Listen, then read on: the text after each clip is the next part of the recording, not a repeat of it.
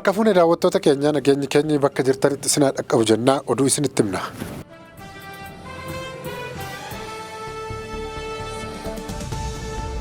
Boordiin filannoo biyyaalessaa dhaabbilee 5 fi beekamtii dhorkatee ture deebiseeraafi.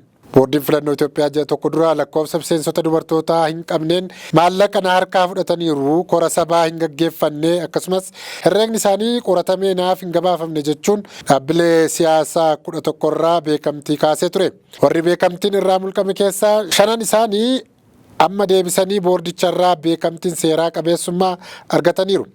Isaanis sochii saba Walaayittaa, sochii dimokiraasummaa uummattoota Gambeellaa, paartii haqaa fi dimokiraasii haga'u, EDU fi paartii Addis Tuuliddii warra jedhamanidha.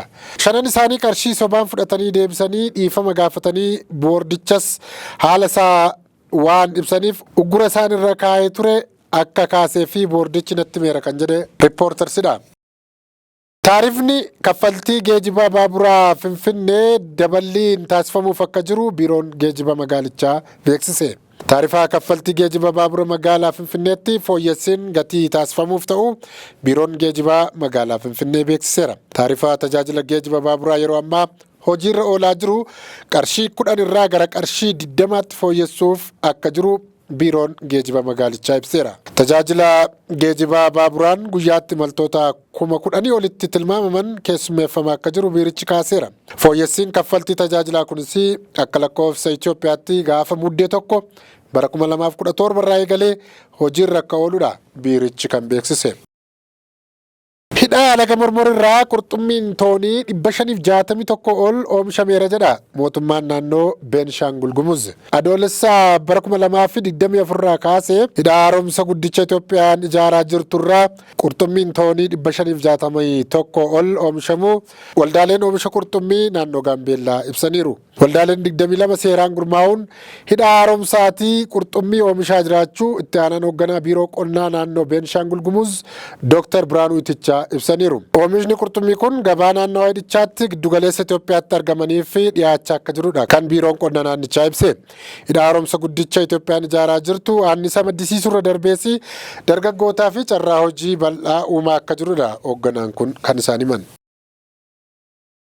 Naannoon Jubilaand kaleessa irraa kaasee Somaaliyaa wajjin hidhata ture guutuutti dhaabeera jette. Somaaliyaan sirna federaalawaan kan bultu taatee of jalatti naannoo 6 fi bulchiinsa addaa tokko qabdi. Naannoleen jiran keessaa tokko Jubilaand turte. Naannoon sunis amma mootummaa federaalaa biyyattii kan pirezidaantii Hassan Sheikh Mohammadiin durfamu keessaa baaseera jechuun kaleessa ifatti labsatteetti. Walabdee guddaan kan maddee fooyya'insa heera mootummaa federaalaa irratti haasaa Sheikh Mohammad taasisan irraa madda.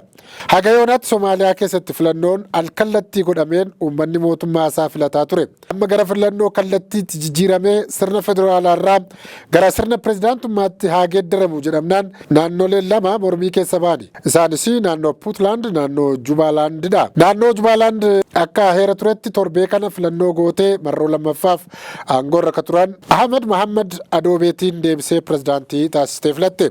Wayita kana Moqaadishoon beekamtii akka hin kennine labsee Ahmed Mohammad Adoobeen akka hidhamuuf ajajee qabii fidii jechuun waraanatti bobbaaseera. Poolisoonni Jubaalaand waraana federaalaa jidduutti dhukaasni banamee muddama guddaatu jira. Kismaayyoonis gara isheetiin kaleessa irraa kaasee hidhatan si waliin qabu hundasaa dhaabeera beeki jechuun beeksisteetti. Akka sababaatti kan eerame immoo pirezidaantii Hassan Sheikh Mohammad heeraa fi seeraan alatti aangoo isaatti gargaarameera. Hannaa fi malaammaltummaa babal'iseera. Akkasumas heera mootummaa cabseera kan jedhudha. Puutlaandis akkasuma federaala waliin hidhata dhaabdeetti. Somaalilaand ani biyya walabadha jettee of labsitee waggaan 33 darbeera. Balaa sigiga lafaa Yugaandaatti mudateen namoonni 113 achi buuteen dhabamuun dhaga'ame. Balaa sigiga lafaa Yugaandaatti mudateen yoo xiqqaate namoonni 113 achi buuteen dhabamaniiru jechuun poolisiin biyyattii himeera. Sigiga lafaa rooba cimaa mudate kuni aanaa Bulaambul magaalaa guddoo biyyattii Kaampaalaa irraa kiiloomeetira 280 fagaattee akka argamtedha kan dhaga'ame.